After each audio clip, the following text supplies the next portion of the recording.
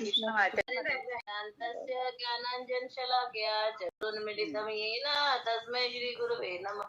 श्रीचैतन्यमनोभीष्टं स्थापितं येन भूतले स्वयं रूपा कदा मया ददाति सुपदान्तिकां वन्देऽहं श्रीगुरु श्रीयुतापदकमलं श्रीगुरून् वैष्णवांश्च श्रीरूपं साग्रजातं सहगण रघुनाथान्वितं तं सजीवं साद्वैतं सावधूतं परिजनं सहितं कृष्ण चैतन्य देवं श्री राधा कृष्ण पादान् सहगण ललिता श्री विशाखान्वितांश्च हे कृष्ण करुणा सिंधु दीन बंधु जगतपते गोपेश गोपिका कांत राधा कांत नमस्तुते तप्त कांचन गौरांगी राधे वृंदावनेश्वरी विद्यमानु तुते देवी प्रणमामि हरि प्रिय वांच कल्पतरुभ्यश्च कृपा सिन्धुभ्येव च पतितानां पावनेभ्यो वैष्णवेभ्यो नमो नमः। जय श्री कृष्ण चैतन्य प्रभु नित्यानंद श्री अद्वैत गदाधर श्रीवासादि गौर भक्तवृंद हरे कृष्ण कृष्ण कृष्ण हरे हरे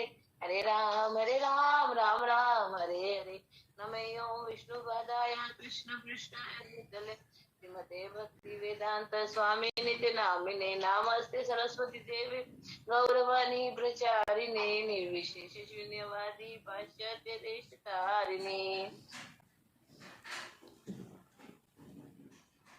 हरे कृष्णा। गीता जयंती महामहोत्सव की जय। तो आज हम करेंगे अध्याय 2। कल हमने अध्याय 1 किया। श्रील प्रभुपाद द्वारा के आमुख पढ़ा, प्रस्तावना पढ़ा, जिसमें बहुत सुंदर तरीके से प्रभुपाद बता रहे कि हमारे जीवन में गीता जी का बहुत ज्यादा महत्व है। अध्याय 1 में अर्जुन ने भगवान कृष्ण से कहा, दोनों सेनाओं को देखते हुए, एक तरफ अर्जुन खड़े हैं, पांडवों की सेना है, एक तरफ सारी कौरवों की सेना थी। तो भगवान से अर्जुन कहते हैं कि मुझे दिखाइए, मुझे मेरा रथ बीच में ले चलिए, मैं देखना चाहता हूँ मुझे किससे युद्ध लड़ना है। तो इस प्रकार बोला गया और वो सब गए। देखा अर्जुन देखा था मेरे मामा, चाचा, ताऊ, मेरे पितामह, मेरे ससुर सब खड़े और मुझे इन सब से युद्ध करना। तो अर्जुन क्या हो गया था? मोहग्रस्त हो गया था। तो अर्जुन को सबसे पहले करुणावश मोहग्रस्त हुआ था, करुणा की दया की वजह से। दूसरा था कि अगर मैंने राजा जीत भी लिया मैं किसको दिखाऊंगा, भोग का कारण। तीसरा था कि जो मेरे को पाप लगेगा अगर मैंने इस प्रकार सबको मार दिया था। और चौथी अर्जुन की जो शंका थी कि मेरे जो कुल के जो पिता ने, जो मेरे पुरखे हैं, जो हमारे बड़े बुजुर्ग की मृत्यु हो जाएगी तो फिर हमारी स्त्रियां जो है वो बहुत ज्यादा पतित हो जाएंगी, अवांछित संतानें होंगी, और इस प्रकार से जो आने वाली संतान होगी पितरों को जल देने वाला नहीं होगा। कुल परंपरा, सामुदायिक योजनाएं हमारी सारी नष्ट भ्रष्ट हो जाएंगी, हमारे सुनियोजित लीडर्स नहीं रहेंगे। इस प्रकार अर्जुन शंकाग्रस्त था, उसका मुख कांप रहा था, शरीर में कंपन हो रहा था, मुख सूख रहा था, और वो इस प्रकार से गांधी धनुष को एक तरफ रखकर और रथ पे बैठ गया कि मैं युद्ध नहीं कर सकता। तो आज हम करेंगे अध्याय 2। अध्याय 2 का कहीं कहीं नाम गीता का सार है, कहीं विषाद योग है। अर्जुन को बहुत ज्यादा विषाद था, जिसमें 72 श्लोक है, जिसमें पहला श्लोक में संजय बताएंगे गीता का सार, और कहीं कहीं विषाद योग। 2 नाम है, सब ध्यान देंगे, हमें याद भी रखना है चैप्टर का नाम। पहले चैप्टर का नाम क्या था? कौन बताएंगे पहले चैप्टर का नाम? कुरुक्षेत्र के युद्ध में सैन्य निरीक्षण। हाँ, इस वाले चैप्टर में भगवान अर्जुन को कर्म योग के बारे में बता रहे हैं, ज्ञान योग भी है, भक्ति योग भी है, स्थित प्रज्ञा व्यक्ति की क्या क्या लक्षण है, वो कैसे उठता बैठता खाता पीता है, शरीर और आत्मा में डिफरेंस भी बताया गया है। तो इसी वजह से इस अध्याय का नाम है गीता का सार। पूरी गीता का सार इस अध्याय में दिया गया है। ठीक है, तो अभी हमने कल एक श्लोक में चर्चा की थी कि प्रभुपाद की जो पहली भगवत गीता छपी थी तो उसमें से कुछ तात्पर्य को उन्होंने काट दिया था, तो प्रभुपाद को बहुत दुख हुआ था। ठीक है, अभी हम शुरू करते हैं अध्याय 2 गीता का सार। तो संजय उवाच तम तथा कृपाविष्टमश्रु पूर्णाकुलेन शनं विषितन्तं इदं वाक्यमुवाच मधुसूदना। संजय ने कहा, करुणा से व्याप्त शोक युक्त अश्रुपूरित नेत्रों वाले अर्जुन को देखकर मधुसूदन कृष्ण ने ये शब्द कहे। तो भगवान को मधुसूदन बोला गया है, मधु नामक असुर का मारने वाले। तो अर्जुन के मन में बहुत सारे असुर उत्पन्न हो रहे थे, तो भगवान उन सब असुरों को वध करेंगे, जिससे उन्होंने जो अर्जुन को कर्तव्य से विमुख कर दिया। कोई नहीं जानता करुणा का प्रयोग कहाँ करना चाहिए, है ना। हमें कभी कभी गलत व्यक्ति के प्रति भी करुणा आ जाती है। तो डूबते हुए मनुष्यों के लिए वस्त्रों की करुणा करना मूर्खता है। प्रभुपाद ने लिखा है, कितना सुंदर। कोई व्यक्ति डूब रहा है और उसने बहुत महंगे वस्त्र पहन रखे हैं, तो हम ये नहीं कहेंगे कि उसने 10,000 के कपड़े पहन रखे हैं। हम क्या सोचेंगे, कपड़े जाए भाड़ में, पहले उस व्यक्ति बच जाए। इसी प्रकार से हम सब अज्ञान सागर में गिरे हुए हैं, तो हम अपने स्थूल शरीर की रक्षा करने के लिए प्रयास नहीं करेंगे। हमारा स्थूल शरीर कपड़ों के समान है, हमें क्या करना है, हमारी आत्मा को बचाना है। अर्जुन क्षत्रिय था, उससे ऐसे आचरण की आशा नहीं थी कि वो क्या क्षत्रिय होकर अपने धर्म से विमुख होकर बोले मैं युद्ध नहीं करूंगा। और भगवान ने इसीलिए हमें हमारी ड्यूटीज बताने के लिए भगवत गीता का उपदेश दिया। तो यह जो श्लोक है, विशेष करके शरीर और आत्मा का विश्लेषणात्मक अध्ययन के द्वारा हमें बताते हैं कि शरीर क्या है और आत्मा क्या है, आत्मा के क्या क्या लक्षण और किस प्रकार हम आत्मा को स्वयं को पहचान कैसे भगवान की सेवा में लगाना है। और यह साक्षात्कार तभी होगा जब हम भगवान कृष्ण के लिए कर्म करेंगे, और कृष्ण के लिए कर्म करते करते हमें आभास होगा कि हम स्वयं आत्मा। नेक्स्ट श्लोक आप करिए, 1 मिनट और करिए। श्री भगवान उवाच कुतः स्वकश्मलमिदं विश्वे समुपस्थितम् अनार्यजोष्टं सर्वज्ञं कीर्तिकरम् अर्जुन। श्री भगवान ने कहा, अर्जुन तुम्हारे मन में यह कल्मश आया कैसे? वह उस मनुष्य के लिए तनिक भी अनुकूल नहीं है जो जीवन के मूल्य को जानता हो। इससे उच्च लोक की नहीं अपितु अपयश की प्राप्ति होती है। जब भगवान अर्जुन के मित्र थे, अर्जुन के सखा थे, और अर्जुन भगवान के शरणागत था, इसीलिए भगवान ने अर्जुन के भले के लिए बोला कि तुम इतना गलत कैसे सोच सकते हो, तुमसे मुझे ऐसी आशा नहीं थी, है ना, कि जो जीवन के मूल्य को जानते हो उससे उच्च लोक। इसमें क्या बोला गया है कि अनार्य जैसे कार्य तुम क्यों कर रहे हो। अनार्य, आर्य होता है जो स्पिरिचुअल चीजों के महत्व को जानकर स्पिरिचुअल कार्यों को वो करता है, जो धर्म के रास्ते पर चलता है, जो जीवन के मूल्यों को समझता है, उसे आर्य बोला जाता है। और जो ऐसा नहीं करता उसे अनार्य कहते हैं। तो भगवान ने अर्जुन को अनार्य दुष्टम अस्वर्गम अकीर्ति करम अर्जुन की तुम ये कार्य कैसे कर रहे हो, तुम्हें क्या होगा, अकीर्ति अपयश की प्राप्ति होगी। तो श्री कृष्ण और अर्जुन जो है अभिन्न है, भगवान अभिन्न, इसलिए श्री कृष्ण को संपूर्ण गीता में भगवान ही कहा गया। श्री भगवानु वाचा, किसी और शास्त्र में किसी को भी नहीं बोला श्री भगवानु वाचा, केवल यही पर ही कृष्ण के लिए आया है श्री भगवानु वाचा। तो इस प्रकार से कि हम भगवान की अनुभूति 3 प्रकार से कर सकते हैं। निर्विशेष ब्रह्मा के रूप में, ब्रह्म माने भगवान के शरीर से निकलने वाली ज्योति, जो कि स्पिरिचुअल स्टेज ही है, लेकिन बहुत ज्यादा फर्स्ट लेवल है भगवान को जानने का। सेकंड उसके ऊपर अंतर्यामी परमात्मा, और तीसरे स्वयं भगवान श्री कृष्ण, द्विभुज श्याम सुंदर रूप भगवान का जिसमें हम देखते हैं। तो ज्योति को देखकर कई व्यक्ति क्या करता है, छोटा सा एग्जाम्पल ले लेते हैं। कोई व्यक्ति गाँव में है, दूर से ट्रेन को देखा, दूर से देख के बोला कि बहुत लंबी सी ट्रेन जा रहा है और यही सब कुछ है, यही ट्रेन, ऐसा सोचकर दूर से देखा, वापस अपने गांव में आ गया। दूसरा व्यक्ति है, कहता नहीं थोड़ा आगे चलते हैं, थोड़ा और पास से देखते हैं, थोड़ा सा और जाके देखा तो बोला इसमें एक के पीछे एक कई सारे बॉक्सेस, डब्बे जो है वो अटैच है, यही सब कुछ है, ये सोचकर वापस आ गया। तीसरा कहता नहीं जाके देखे तो सही, वो अंदर जाता है, ट्रेन में देखता है, सबसे आगे इंजन लगा हुआ है, उस इंजन ने एक के बाद एक डब्बों को अटैच किया हुआ है, और इसमें बहुत ज्यादा सीट्स भी है, सोने की, बैठने की, वॉशरूम से सब कुछ देखकर वो बड़ा प्रसन्न हो जाता है। ऐसे ही कुछ लोग भगवान की ज्योति को देखकर उसको सुप्रीम पावर मान लेते हैं, कुछ अंतर्यामी परमात्मा को मानते हैं और आगे बढ़ते हैं, वो स्वयं भगवान कृष्ण को श्याम सुंदर रूप की सेवा करते हैं, भगवान से रिलेशन बनाते हैं, भगवान से दिव्य आदान प्रदान करते हैं। प्रभुपाद ने सूर्य का भी उदाहरण दिया। सूर्य की रोशनी ब्रह्म ज्योति के समान, सूर्य की जो लेवल स्तर है, जो वो है सूर्य का जो गोला है, वो परमात्मा के समान। और स्वयं सूर्य लोग जहाँ जाकर पता चलता है कि वहाँ एक राजा है विवस्वान, सूर्य के राजा है, बहुत से लोग रहते हैं और हर प्रकार का कार्य करते हैं। तो इस प्रकार से हम भगवान कृष्ण को जान सकते हैं।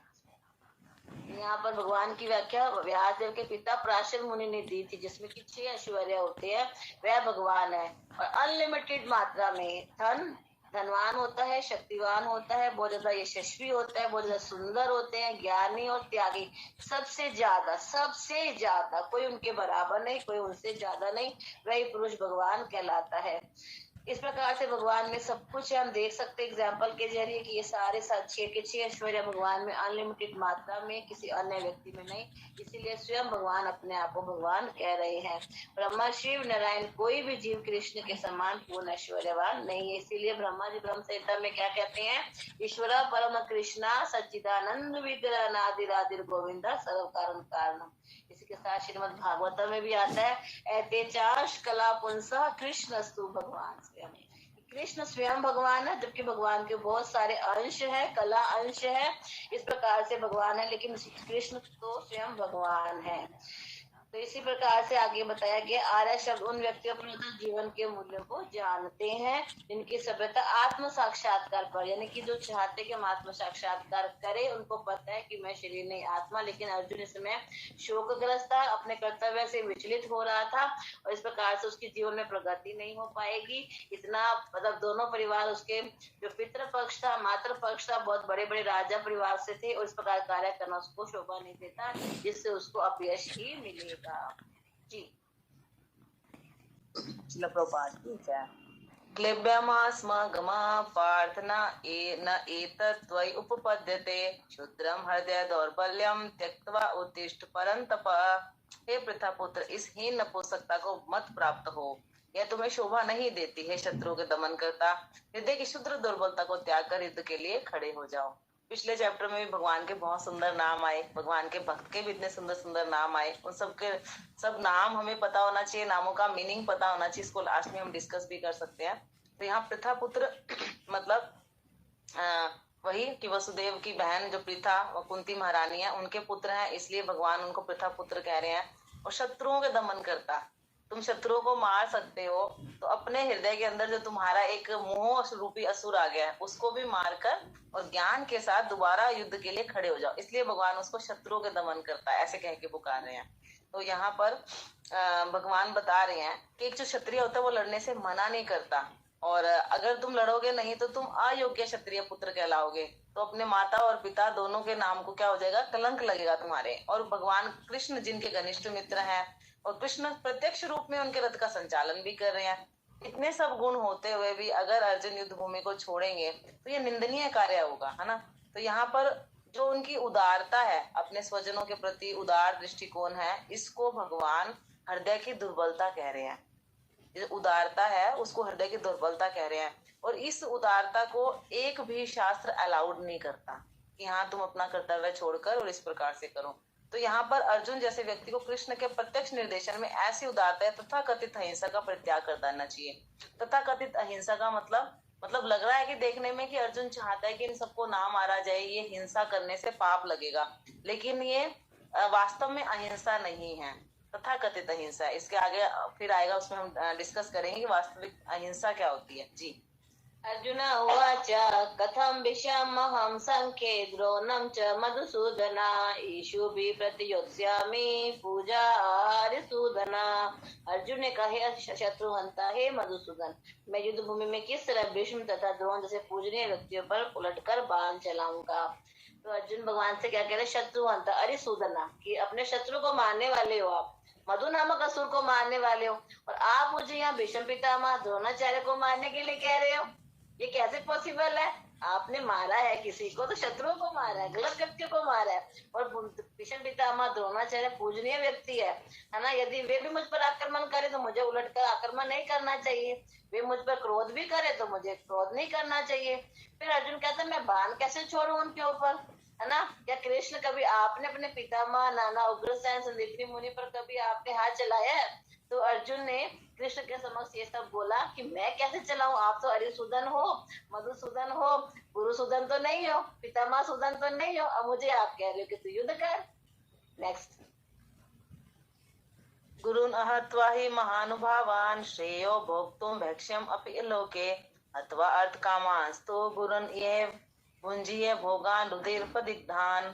ऐसे महापुरुषों को जो मेरे गुरु हैं, उन्हें मार कर जीने की अपेक्षा इस संसार में भीख मांगकर खाना अच्छा है। तो यहाँ पर अर्जुन क्या तैयार हो गया? भिक्षा मांगकर जीवन चलाने को तैयार है, लेकिन अपने बड़ों से युद्ध नहीं करेंगे, भले ही वे संसारिक लाभ के इच्छुक हों। तात्पर्य में श्रील प्रभुपाद बता रहे हैं कि वो आर्थिक लाभ के कारण गुरु द्रोण और भीष्म पितामह बाध्य हैं कि वो दुर्योधन गलत पार्टी का पक्ष लें, तब भी भले ही वे संसारिक लाभ के इच्छुक, किंतु है तो गुर्जन ही। यदि उनका वध होता है तो हमारे द्वारा भोग्य प्रत्येक वस्तु उनके रक्त से सनी होगी। तो जो अर्जुन बातें कह रहे हैं वो एक दृष्टि से बिल्कुल सही हैं, लेकिन भगवान जो है वो उनको इससे बड़ा और विजन देंगे और बताएंगे कि हमारी दो हानि हो रही है, बड़ी हानि और छोटी हानि। तो हमें छोटी हानि को इग्नोर करके बड़ी हानि से बचने का प्रयास करना चाहिए। इसी प्रकार से यहाँ पे शिला प्रभुपाद तात्पर्य में बता रहे हैं कि केवल आर्थिक लाभ के लिए वो ऐसा करने के लिए बाध्य थे और आचार्यों का सम्मान खो बैठे थे, लेकिन अर्जुन फिर भी चाहता है कि हम अपने बड़ों के साथ वाक युद्ध भी ना करें। मतलब बड़ों के साथ तो हमें तर्क भी नहीं करना चाहिए, और यहाँ तो मरने और मारने की बात हो रही है, तो वो बिल्कुल भी नहीं करना चाहता मैं जी। न च एतद्विधेय कत्र नो गरियो यदा जयम यदि वा न जयेयु यानेन हत्वा न जिजीविषामस्ते अवस्थिता प्रमुखे धर्तराष्ट्रा। वे हम यह भी नहीं जानते हमारे लिए क्या श्रेष्ठ। तो अर्जुन की लास्ट फिफ्थ शंका ये हो गई कि मैं नहीं जानता मेरे लिए क्या श्रेष्ठ है, कि मैं उनको मारकर उनको जीत जाऊं या उनके द्वारा वो मुझे जीत ले। मैं उनके सामने युद्ध ही नहीं करूं और हमसे हमें जीत का राज्य ले ले। यदि हम धृतराष्ट्र के पुत्रों का वध कर देते हैं तो हमें जीवित रहने की आवश्यकता नहीं है, फिर भी वे युद्ध भूमि में हमारे समक्ष खड़े हैं। तो यहाँ अर्जुन के मन में बहुत शंका, युद्ध करे कि ना करे, क्या वह जो खून खराबे का कारण बने। क्षत्रिय होने के नाते उसको ललकारा गया है युद्ध के लिए। दुर्योधन ने कहा युद्ध करके मुझसे जो मर्जी ले लो मैं दे दूंगा, लेकिन बिना युद्ध के मैं तो एक सुई की नोक पर भूमि भी नहीं दूंगा। इस प्रकार जो बोला गया तो उसके लिए जरूरी था युद्ध करना। और यदि वह यह भी निश्चित नहीं कि जीतेगा, हो सकता है वो लोग जीत जाएं, मैं मर जाऊं, और हो सकता है कि मैं जीत जाऊं। अगर मैं जीत गया और ये सब मर गए तो मैं तो जीवित ही नहीं रह पाऊंगा। अर्जुन का कारुण्य देखिए, एक चाहे कुछ भी करे, लेकिन अगर ये सब मर गए तो मैं जीवित नहीं रह पाऊंगा, है ना। तो ये इस प्रकार से मेरी जीत कर भी मैं हार जाऊंगा, मैं जीत कर भी हार जाऊंगा अगर ये सब मर गए तो वह भगवान का महान भक्त था। न केवल भगवान महान भक्त था, अपितु वह बहुत ज्यादा प्रबुद्धिमान था, अपने मन और इंद्रियों पर नियंत्रण रखने वाला था।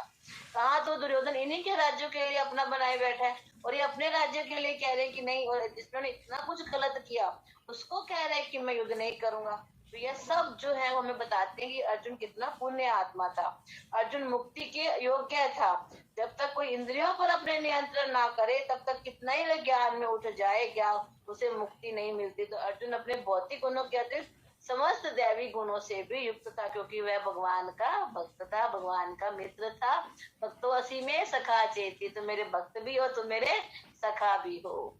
नेक्स्ट। कार्पण्य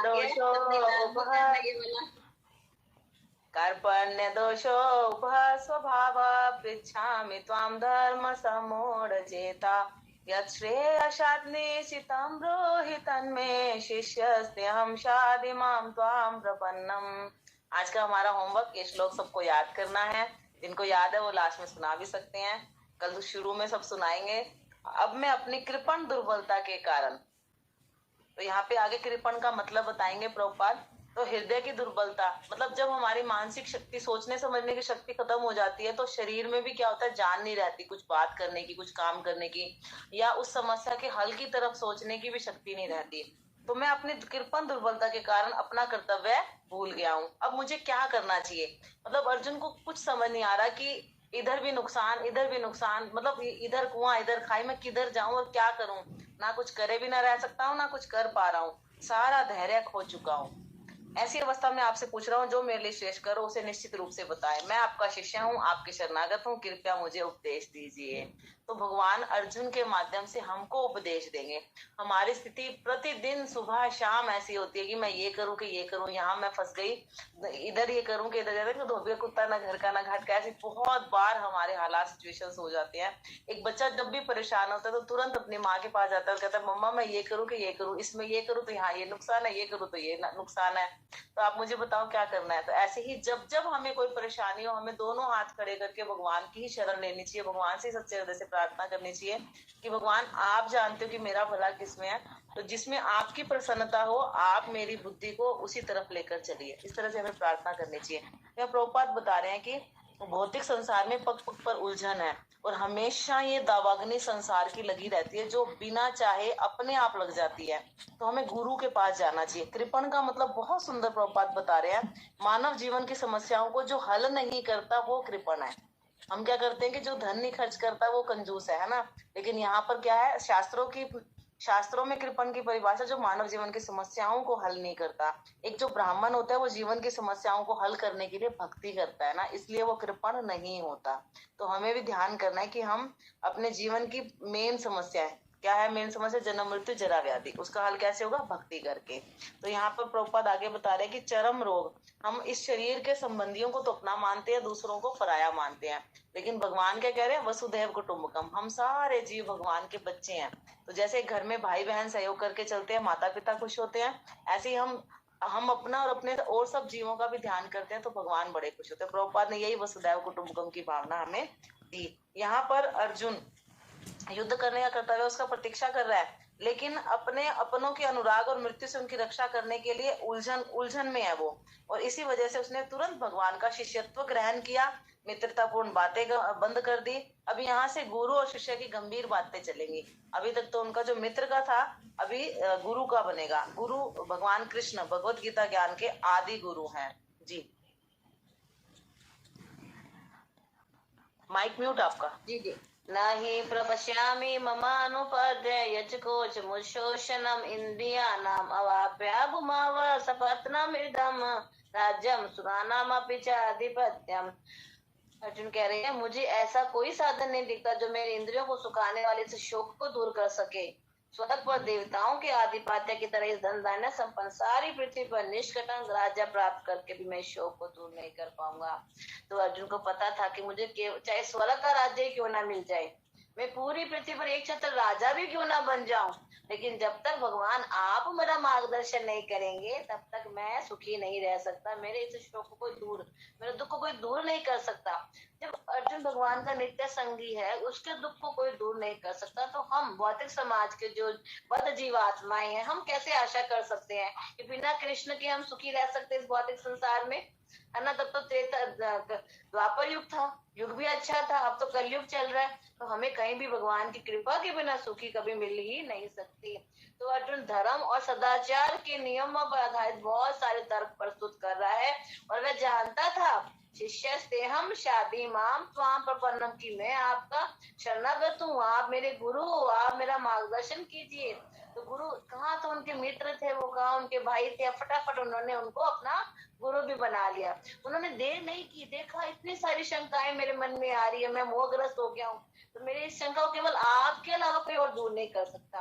आप ही हैं और मेरे अच्छे से अच्छा आप निर्णय कर सकते हो, क्योंकि आप ही मेरे एकमात्र गुरु है। तो निष्कर्ष क्या निकलता है, गुरु की कृपा के बिना, गुरु के शरणागत हुए बिना हम अपने भौतिक समाज की समस्याओं को दूर नहीं कर सकते। चैतन्य महाप्रभु ने भी कहा है, एक कृष्ण वेता से ही गुरु है। चाहे कोई ब्राह्मण हो, शूद्र हो, कोई क्यों ना हो, लेकिन जब तक उसे कृष्ण का को तत्व से नहीं जानता तब तक वह गुरु नहीं बन सकता। तो हमें भी गुरु के शरण, कैसे गुरु की शरण ग्रहण करनी है, जो कृष्ण को तत्व से जानता, उनके शरणागत हो। इसलिए अगर हम भी चाहते हैं हमारे दुख का निवारण हो, तो हमें कृष्ण की शरण ग्रहण करनी होगी। अर्जुन ने कृष्ण से प्रार्थना की, वे उसकी समस्या का निश्चित रूप से समाधान करेंगे। रक्षति विश्वासो कृष्णा, तो हमें भी विश्वास होना चाहिए, कृष्ण हमेशा हमारी रक्षा करेंगे, कृष्ण हमेशा हमारे वेल विशर है। संजय उवाच एवं उक्त्वा हृषीकेशं गुडाकेश परन्तप नायोत्स्य इति गोविंदम उक्त्वा तूष्णीं बभूवः। संजय ने कहा, इस प्रकार कहने के बाद शत्रुओं का दमन करने वाले अर्जुन कृष्ण से बोले, हे गोविंद मैं युद्ध नहीं करूंगा, और वो चुप हो गया। तो यहाँ पर हम देख रहे हैं कि 8वें श्लोक में तो वो भगवान 7वें में भगवान की शरण ले रहे हैं, है ना, और क्या कह रहे हैं, आप जो कहेंगे वही करूंगा। लेकिन 9वें में कह रहे हैं मैं युद्ध नहीं करूंगा। एक बार तो हम कहते हैं कि मम्मी आप जो कहोगे वो करूंगी, थोड़ी देर बाद कहते हैं नहीं मेरी इच्छा तो ये मैं ये नहीं करूंगी। तो शरण लेने के बाद भी हम अपनी ही चलाते हैं। तो यहाँ पर अर्जुन कह रहा है, लेकिन भगवान इस बात को ध्यान नहीं कर रहे। तो यहाँ पर हर्षिकेशम क्यों कह रहे हैं, हर्षिकेश क्योंकि इंद्रियों के स्वामी है। तो हे भगवान, आप मेरी इंद्रियों के स्वामी हो, आप मेरी इंद्रियों को गाइड करो कि मुझे किस तरफ सोचना है। मन भी एक इंद्रिय है, और मन को भगवान आप कंट्रोल कीजिए कि मुझे किस तरफ सोचना है, किस तरफ देखना है, क्या कार्य करना है। गुड़ाकेश अर्जुन के लिए आया था। लास्ट चैप्टर में सबको ध्यान होगा, जो नींद और अज्ञानता पर विजय पाता है। तो यहाँ पर संजय जानबूझकर अर्जुन के लिए 2 वर्ड गुड़ाकेश और परंतपा यूज करता है। मतलब जल्दी ही वो अज्ञानता को जीत लेगा। अभी उसमें अज्ञानता आ गई है, लेकिन उसने भगवान की शरण ली है, भगवान ज्ञान देंगे और वो जल्दी युद्ध के लिए खड़ा हो जाएगा। तात्पर्य में श्रील प्रभुपाद बता रहे हैं कि धृतराष्ट्र को इस समय प्रसन्नता हुई होगी, है ना, लेकिन संजय उनको बता रहे हैं कि उन्होंने भगवान की शरण ली है, तो अब जल्दी ही उनका ज्ञान नष्ट होगा और वो फिर से युद्ध करेंगे। तो जो धृतराष्ट्र है वो इस बात के लिए खुश ना हो। तो चतुराई से संजय इनडायरेक्टली धृतराष्ट्र को सही गाइड कर रहे हैं, सही तरीके से संभाल रहे हैं। जी नेक्स्ट श्लोक। तमुवाच ऋषिकेश प्रसन्नेव भारत सेनयोर्मध्ये विषिदन्तमिदं वच। हे भरतवंशी धृतराष्ट्र, उस समय दोनों सेनाओं के मध्य शोक मगन अर्जुन से कृष्ण ने मानो हंसते हुए शब्द कहे। तो ये कौन बोल रहे हैं? संजय बता रहे हैं। संजय सब देख रहे। संजय कितने भाग्यवान थे, लेकिन क्यों भाग्यवान थे? क्योंकि उनके गुरु ने उन पर कृपा की। और कृपा क्यों की? क्योंकि वो अपने गुरु के शरणागत थे। तो जो शरणागत होगा उस पर गुरु अवश्य कृपा करेंगे। और भगवान क्यों हंस रहे हैं? भगवान क्यों हंस? हाँ जी। लास्ट श्लोक में एक चीज ये भी आई थी, जैसे काफी बार हम लोगों को ये रहता है कि भी हम तो अच्छे रास्ते पे चल रहे हैं और कुछ ऐसी परिस्थितियां आसपास के लोग हमें तंग कर रहे हैं, तो हम बड़ा डाउन फील करते हैं। तो डरने की जरूरत नहीं है। यहाँ अर्जुन डाउन हुआ है, लेकिन उसने भगवान की शरण ली और जल्दी ही वो सब कुछ सफलता प्राप्त करेगा। तो ऐसे ही हम धैर्य के साथ भगवान की शरण लेके उन विपरीत परिस्थितियों में चुपचाप अपना टाइम निकाल दें। बाहर से होता है, हो सकता है लोगों को देखने में लगे कि हाँ ये भक्ति कर रहा है और ये अपने अधिकारों के लिए लड़ नहीं रहा ये वो, लेकिन भगवान अपने आप हमें बुद्धि देके हमारे भले के हिसाब से हमें चला लेंगे। थोड़ा सा समय का इंतजार करना होता है बस। हरि बोल। नेक्स्ट। हाँ, तो हे भरतवंशी धृतराष्ट्र, उस समय दोनों सेनाओं के मध्य शोक मगन अर्जुन से कृष्ण ने मानो हंसते हुए शब्द कहे। तो देख रहे हैं संजय कि भगवान हंस रहे हैं। क्यों हंस रहे हैं? भगवान हंस रहे हैं कि अभी तो तुम मेरे मित्र थे, मेरे भाई थे, लेकिन अब तुम मेरे शिष्य बन गए हो। तो हमें पता ही है कि भगवान साख्य भाव, वात्सल्य भाव, माधुर्य भाव, दास्य भाव में हर तरह का संबंध अपने भक्त के साथ बना लेते हैं। किंतु हमने गुरु रूप में अंगीकार किया है, गुरु बनाया है, तो गुरु की तरह भगवान भूमिका भी निभाएंगे। तो हंसते हुए कि देखो शिष्य शोकग्रस्त हो सकता है, गुरु कभी शोकग्रस्त नहीं होता। गुरु पूर्णतया सर्वधर्मान परित्यज्य वाले श्लोक को गुरु पूरा अंगीकार करता है, पूर्णतः शरणागत होता है भगवान का। कैसी मर्जी परिस्थिति हंसते रहते हैं और अपने शिष्य को हौसला देते हैं, उत्साह देते हैं, तुम चिंता मत करो, मैं तुम्हारे साथ हूँ। इस प्रकार से गुरु और शिष्य की दोनों वार्ता दोनों सेनाओं की उपस्थिति में हुई। तो यहाँ पर भगवत गीता का संवाद किसी एक व्यक्ति, ये बहुत बड़ी लर्निंग है, किसी एक व्यक्ति, समाज, जाति के लिए नहीं बल्कि सबके लिए। प्रभुपाद हम सब के लिए बोल रहे कि अर्जुन को ज्ञान नहीं दिया गया, हम सब के लिए, और उसे सुनने के लिए शत्रु या मित्र समान रूप से अधिकारी हैं। चाहे कोई भी क्यों ना हो, वो शरणागत होकर अगर सुनेंगे तो उसे कृपा मिलेगी ही मिलेगी। नेक्स्ट श्लोक। श्री भगवान उवाच अशोच्यान अनवशोच त्वं प्रज्ञावादांश्च भाषसे गत असून अगत असूंश्च न अनुशोचन्ति पंडिता। श्री भगवान ने कहा, तुम पांडित्य पूर्ण वचन कहते हुए, मतलब तो तुम बात कह रहे हो वो ज्ञान पूर्ण बातें कर रहे हो, उनके लिए शोक कर रहे हो जो शोक करने के योग्य नहीं है। जो विद्वान होते हैं वे ना तो जीवित के लिए और ना ही मृत के लिए शोक करते हैं। तो यहाँ पर प्रभुपाद बता रहे हैं कि भगवान ने तुरंत गुरु का पद संभाला और शिष्य की मूर्खता पर उनको डांट रहे हैं। तो इस प्रकार से वो ज्ञान दे रहे हैं कि क्या ज्ञान? पदार्थ और आत्मा का ज्ञान। अर्जुन का तर्क था कि जो राजनीति है उसकी अपेक्षा धर्म को अधिक महत्व देना चाहिए, लेकिन भगवान बताएंगे धर्म से भी ऊपर है आत्मा और परमात्मा का ज्ञान। तो ये जो ज्ञान है वो ज्यादा बड़ा है। शरीर उतना महत्वपूर्ण नहीं है जितना कि आत्मा।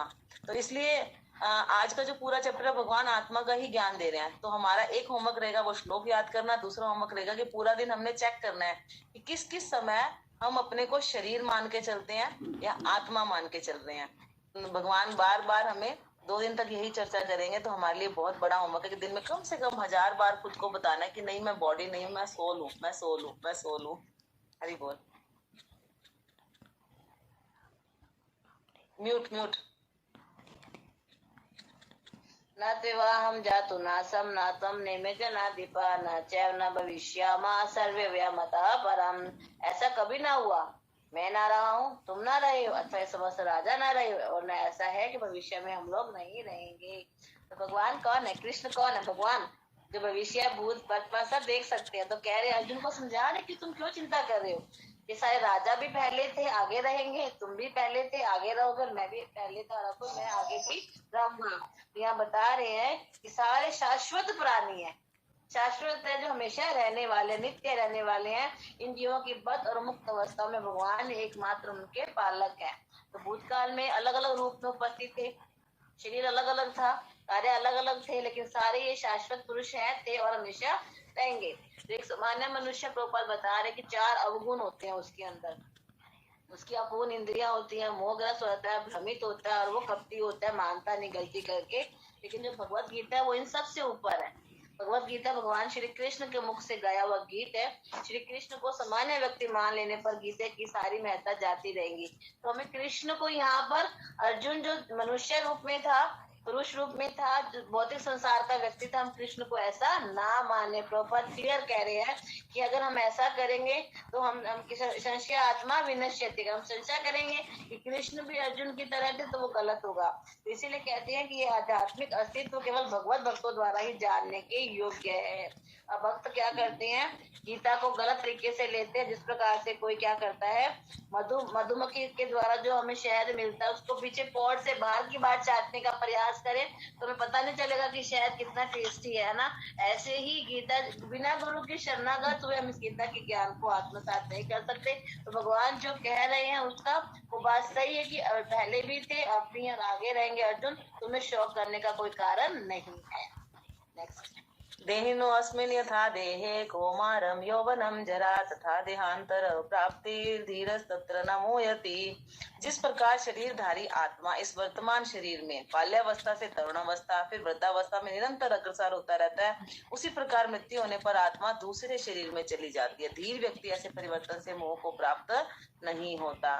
तो भगवान बता रहे कि शरीर में 6 परिवर्तन होता है। वो जन्म लेता है, फिर उसका बाल्यावस्था होती है, फिर तरुण अवस्था होती है, फिर अपने जैसे और बच्चे उत्पन्न करता है, फिर थोड़ी देर रुक जाती है, फिर वृद्धावस्था आती है, फिर मृत्यु को प्राप्त होता है। लेकिन आत्मा के अंदर तो ये 6 परिवर्तन नहीं होते। और आत्म शरीर में जो परिवर्तन होते हैं, जब एक बच्चा थोड़ा बड़ा होता है तो क्या हम दुखी होते हैं कि ये बड़ा हो गया? नहीं होते ना। आगे उसकी शादी होती है, उसके बच्चे तब दुखी होते हैं? नहीं होते। तो जो परिवर्तन है वो चलता रहता है। तो ऐसे परिवर्तन से धीर व्यक्ति मोहित नहीं होता। बच्चे से बड़ा हुआ, बड़े से बूढ़ा हुआ, तब हम दुखी नहीं होते ना। तो इसी प्रकार से बुढ़ापे के बाद वो जब शरीर छोड़ के अगले शरीर में जा रहा है, तब भी हमें इसके लिए दुखी नहीं होना चाहिए। अभी तो भगवान अर्जुन को कह रहे हैं कि भीष्म और द्रोण के लिए शोक मत करो। वो पुराने शरीर छोड़कर साधु पुरुष है, इसलिए आध्यात्मिक शरीर प्राप्त करेंगे। इनका लेखा जोखा यहाँ का खत्म हो जाएगा। तो जो धैर्य धारण करो, क्योंकि इसमें उनका लाभ होगा। तो इस प्रकार से भगवान कह रहे हैं कि हमें धैर्य धारण करना चाहिए। जी, ये बहुत इंपॉर्टेंट श्लोक है, 14वां श्लोक। हम सबको इसको आत्मसात करने का प्रयास करना है। मात्रा स्पर्शस्तु कौन्तेय शीतोष्ण सुख दुखदा आगम पायनो अनित्यम तात तीक्ष्वा भारता। तो यहाँ पे अर्जुन के 2 नाम बोले, कौन्तेय और भारता। यानी कि पितृपक्ष भारत परिवार से, भरत राजा भरत के वंश से है, और माता का परिवार कुंती से, तो कौन्तेय कुंती पुत्र बोला गया। यानी कि तुम्हारे दोनों पितृपक्ष मातृपक्ष इतने बड़े बड़े कुल है, और तुम किस प्रकार की बातें कर रहे हो। यह बहुत बड़ी लर्निंग भी है। हे कुंती पुत्र, सुख तथा दुख का क्षणिक उदय, कालक्रम में उनका अंतर्धान होना, सर्दी गर्मी की ऋतुओं के समान आने जाने की है। हे भरतवंशी, वे इंद्रिय बोध से उत्पन्न होते हैं। मनुष्य को चाहिए कि अविचल भाव से उनको सहन करना सीखे। तो भगवान हमें सिखा रहे हैं, क्या सिखा रहे हैं? हमारी बहुत सारी इंद्रिया है, और हर इंद्रिया हमें दुख देगी। आंख, नाक, कान, जीभ, त्वचा, हाथ, पैर, वाणी, गुदा, ऊपर सब दुख देंगे, और हमें इसको सहन करना। तान तितिक्षुआ भारत, ताकि भारत पुत्र, तुम तो भरत के वंश से हो, और तुम सहन करो, सहन करना सीखो कि हर इंद्रिय हमें दुख देती रहेगी। तो जब हम अपनी ड्यूटीज को पूरा करते हैं तो हमारे जीवन में बहुत सारे सुख भी आता है, दुख भी आता है। इस प्रकार से हमें बोला गया कि सुबह जल्दी उठ के नहाना है। तो ठंड का मौसम है, तो प्रभुपाद बता रहे हैं, ये नहीं कि जनवरी के महीने में आप बोलो कि ठंड हो गया तो मैं नहाऊंगा नहीं, है ना। तो जो धार्मिक प्रवृत्ति का व्यक्ति जो अपनी ड्यूटीज को पूरा करना चाहता है, नहाने से डरता नहीं। जिस प्रकार से गृहिणी जो एक लेडीज है, भीषण गर्मी जून के महीने में जब किचन में खाना बनाती है, बहुत गर्मी होती है, लेकिन वो भोजन पकाने से हिचकती नहीं। इसीलिए हम सब क्या है, हम अपनी ड्यूटीज को पूरा करने के लिए आए हैं। तो हमें अपनी ड्यूटीज को पूरा करते हुए कितना भी हमें तकलीफ हो, तो उस तकलीफ को हमें क्या करना है, सहन करना चाहिए। अविचल भाव से उनको सहन करना चाहिए, क्योंकि जो है इंद्रियों को स्पर्श करते ही दुख तो होगा ही होगा। कैसा दुख? कभी दुख, कभी सुख, कभी सर्दी, कभी गर्मी, ये सब आता आगम पाइनो, आता रहेगा जाता रहेगा।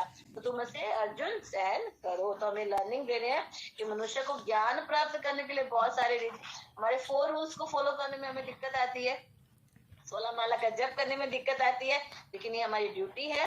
कोई भी दुख दिक्कत आए हमें इन सबको फॉलो करना चाहिए। और तुम इतने बड़े मात्र पितृकुल तुम्हारा इतना बड़ा है, तुम्हें विरासत में मिला है, तुम्हें अपनी ड्यूटीज को पूरा करना है अर्जुन, अतः तुम युद्ध से विमुख मत हो। नेक्स्ट। यम ही न व्यथयन्ति एते पुरुषम पुरुष ऋषभा सम दुख सुखम धीरम स अमृतवाय कल्पते। फिर से अर्जुन को क्या कह रहे हैं? पुरुष श्रेष्ठ, पुरुषों में श्रेष्ठ। क्यों कह रहे हैं? जो पुरुष सुख दुख में विचलित नहीं होता, इन दोनों में समभाव रहता है, वह निश्चित रूप से मुक्ति के योग्य है।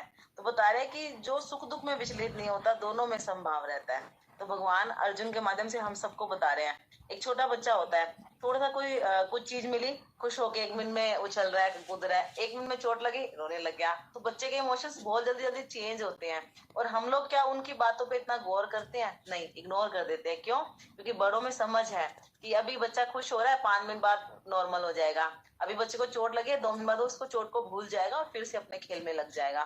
तो ऐसे ही हम जब बड़े हैं, अपने सुख दुख में ऐसे करते हैं ना कि थोड़ा सा कुछ सुख मिला खुश हो गए, थोड़ा दुख मिला रोने लग गए। तो भगवान भी ऐसे देखकर हमें हंसते रहते हैं, जैसे हमारे आगे हमारे बच्चे कुछ कर रहे तो हम हंसते हैं उनकी बातों पे। नहीं, तो इस प्रकार से श्रील प्रभुपाद तात्पर्य में बता रहे हैं कि हमें समभाव रहना चाहिए। और जो संन्यास आश्रम कष्ट साध्य होता है, लेकिन उसके लिए सब कठिनाइयों को सहन करना हमें सीखना चाहिए। चैतन्य महाप्रभु 24 वर्ष की अवस्था में संन्यास ग्रहण करते हैं, किस लिए? हम सबको भक्ति देने के लिए, प्रचार करने के लिए। तो हमें भी अपने जीवन में अपने कर्तव्य पालन में स्थिर रहना चाहिए। उच्च आदर्श के लिए हमें त्याग करना चाहिए। बेसिकली जो हमें लर्निंग देना चाह रहे हैं, उच्च आदर्श के लिए, कर्तव्य पालन में स्थिर रहने के लिए हमें त्याग करना चाहिए। जी, म्यूट। ना सतो विदते भावो ना भावो विदते सता उभयरपि दृष्टो तत्वदर्शियों ने, यानी कि जो बिल्कुल तत्व को अच्छे से जानते हैं, तत्वदर्शियों ने निष्कर्ष निकाला है। असत यानी कि भौतिक शरीर का कोई चिर स्थायित्व नहीं है, किंतु सत अर्थात आत्मा अपरिवर्तित रहता है। उन्होंने इन दोनों की प्रकृति के अध्ययन के द्वारा यह निष्कर्ष निकाला है। तो यहाँ भगवान बता रहे हैं अर्जुन को कि मैं नहीं कह रहा, ये तत्वदर्शियों ने जो कंक्लूजन निकालते हैं, जो बहुत सारा एनालिसिस करते हैं, विश्लेषण करते हैं, उन्होंने क्या रिजल्ट निकाला है कि हमारा शरीर क्या है? असत्य है, और यह हमेशा नहीं रहेगा। अब नहीं मरेंगे युद्ध में, अगर तुम नहीं मारोगे तो बाद में मरेंगे तो सही, लेकिन आत्मा क्या है? अब आत्मा सत्य है, शरीर असत्य है। तो सत्य है वो हमेशा रहता है, यानी कि इनकी आत्मा हमेशा रहेगी। यदि यह पदार्थ और आत्मा का अंतर है। सत्य शब्द यहाँ आया है जो आत्मा के लिए है, असत्य शब्द आया शरीर के लिए। शरीर क्या? मैटर माने पदार्थ। जो पदार्थ और आत्मा का यही अंतर है कि पदार्थ हमेशा खत्म होता है। हमने एक मकान बनाया, दुकान बनाया, गाड़ी बनाई, कोई भी हमने गैजेट्स लिया, सब खत्म होंगे, लेकिन जो आत्मा है वो हमेशा रहती है, कि आत्मा का कभी जन्म नहीं होता। तो ये सब जो ज्ञान है, हमें इस ज्ञान को प्राप्त करने के लिए हमेशा गुरु की शरण लेनी चाहिए। परम गुरु कौन है? भगवान श्री कृष्ण। तो भगवान कौन है? शक्तिमान, और हम क्या है? शक्ति। तो शक्तिमान परम होता है, और जो शक्ति होती है वो गौण होती है। तो इस प्रकार सारे जीव परमेश्वर के अधीन रहते हैं, और जिस तरह सेवक स्वामी के, शिष्य गुरु के अधीन रहता है। तो यह ज्ञान हमें कब मिलेगा? जब हम भगवत गीता को आत्मसात करेंगे। इसलिए प्रभुपाद कह रहे हैं इस ज्ञान को दूर करने के लिए, हमेशा जीवों को प्रबुद्ध यानी कि ज्ञानवान करने के लिए भगवान भगवत गीता का उपदेश देते हैं। नेक्स्ट श्लोक। अविनाशी तु तद्विद्धि येन सर्वम् इदं ततं विनाशम अव्ययस्य अस्य न कश्चित् कर्तुम् अर्हति। जो सारे शरीर में व्याप्त है उसे ही तुम अविनाशी समझो। तो सारे शरीर में जो चेतना के रूप में आत्मा है, वो क्या है? अविनाशी, जिसको नष्ट नहीं किया जा सकता। उस अव्यय आत्मा को नष्ट करने में कोई भी समर्थ नहीं है। तो भगवान अर्जुन को कहना चाह रहे हैं कि अगर तुम इनको मारोगे युद्ध में, तब भी इनके शरीर नष्ट होंगे, आत्मा तो नष्ट होती नहीं, और आत्मा ही मेन है, शरीर क्या है? टेम्परेरी है। तो तात्पर्य में श्रील प्रभुपाद बता रहे, सारे शरीर में चेतना व्याप्त रहती है।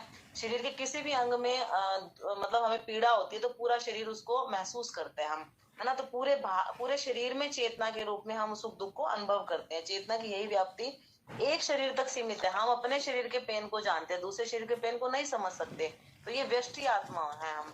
और आत्मा का साइज क्या बताया, बाल की एक जो नोक होती है उसके हमने 10,000 हिस्से कर दिए। तो 10,000वां हिस्सा क्या है, आत्मा का परिमाप। 10,000वें भाग के बराबर है आत्मा का साइज, ये बताया यहाँ पर। और क्या बताया यहाँ पर कि जो बुद्धिमान व्यक्ति होता है ना, व्यवहारिक अनुभव से इस आत्मा को प्रत्यक्ष अनुभव कर सकता है। जैसे हम कहते हैं ना कि फलाना व्यक्ति वो चले गए हैं, तो जो मान लो मिस्टर अंकल चले गए कोई, तो हम कहते हैं वो चले गए। कौन चले गए, वो आत्मा चली गई, शरीर तो यही है।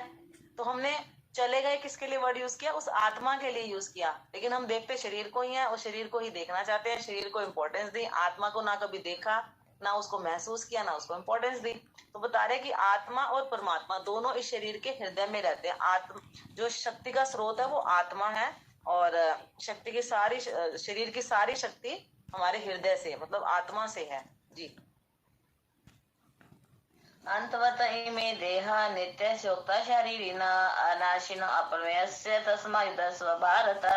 अविनाशी अपरमेय तथा शाश्वत जीव के भौतिक शरीर का अंत अवश्य संभावी है, अतः ही भरतवंशी युद्ध करो। तो भगवान बता रहे कि भौतिक शरीर नाशवान है, यह एक क्षण में भी खत्म हो सकता है और कुछ वर्ष तक जीवित भी रह सकता है। यह सब हम तो डिसाइड नहीं कर सकते, है ना, लेकिन इसको अनंत काल तक, लंबे समय तक हम बनाए नहीं रख सकते। बहुत से लोग प्रयास करते हैं लेकिन फेल हो जाते हैं। जीवात्मा को कोई मार नहीं सकता, शरीर को कोई बचा नहीं सकता। तो जो शरीर है वो क्या है, अभी हमने अगले श्लोक में क्या पढ़ा, असत। असत यानी कि जिसका कि नाश होगा ही होगा। सूर्य का प्रकाश जिस प्रकार सारे ब्रह्मांड को लाइट देता है, रोशनी देता है, पोषण करता है, उसी प्रकार आत्मा जो है उस शरीर का पोषण करती है। माता जी ने बताया कि अंकल चले गए तो कौन जाता है, शरीर तो वही है, सारे हाथ पैर आंखें सब कुछ है। ना आंखें हिल रही है, ना व्यक्ति बोल रहा है, ना चल रहा है, ना खा रहा है, ना पी रहा है, तो क्या चला गया उसमें से, क्या मिसिंग है, उसमें से आत्मा मिसिंग है। वैज्ञानिक माने ना माने, क्योंकि वो जिस चीज का उन्हें पता नहीं होता तो वो कहते कि नहीं ये गलत है, वो खोज ही नहीं पाएंगे। इतनी सूक्ष्म है आत्मा, इतना आत्मा का आकार भी हमें पता चलेगा, आगे आएगा, इतना सूक्ष्म है कि हम उसकी कल्पना भी नहीं कर सकते। लोग कहते हैं कि वो दिखते नहीं इसलिए आत्मा नहीं है। तो हमें बुद्धि दिखाई देती है, इस व्यक्ति को बोलो तुम बुद्धिहीन हो, क्यों, मैं मेरे पास बुद्धि है, बोलो दिखाओ बुद्धि कहाँ है। कोई व्यक्ति बुद्धि दिखा पाएगा? कोई व्यक्ति से बोलो गर्मी लग रही है, हवा नहीं, अरे हवा है, हवा दिखाई नहीं दे रही। जो चीज दिखाई नहीं देती इसका मतलब ये नहीं है कि उसका अस्तित्व नहीं है। आत्मा हमें दिखाई नहीं देती लेकिन वो क्या है, अविनाशी, उसे कोई मार नहीं सकता, अपरमेय है, उसे कोई नाप नहीं सकता, और शाश्वत जीव के भौतिक शरीर का, यानी कि शरीर हमारा है, हम क्या है, हम आत्मा है, हम शरीर नहीं है, शरीर हमारा है और हम आत्मा है।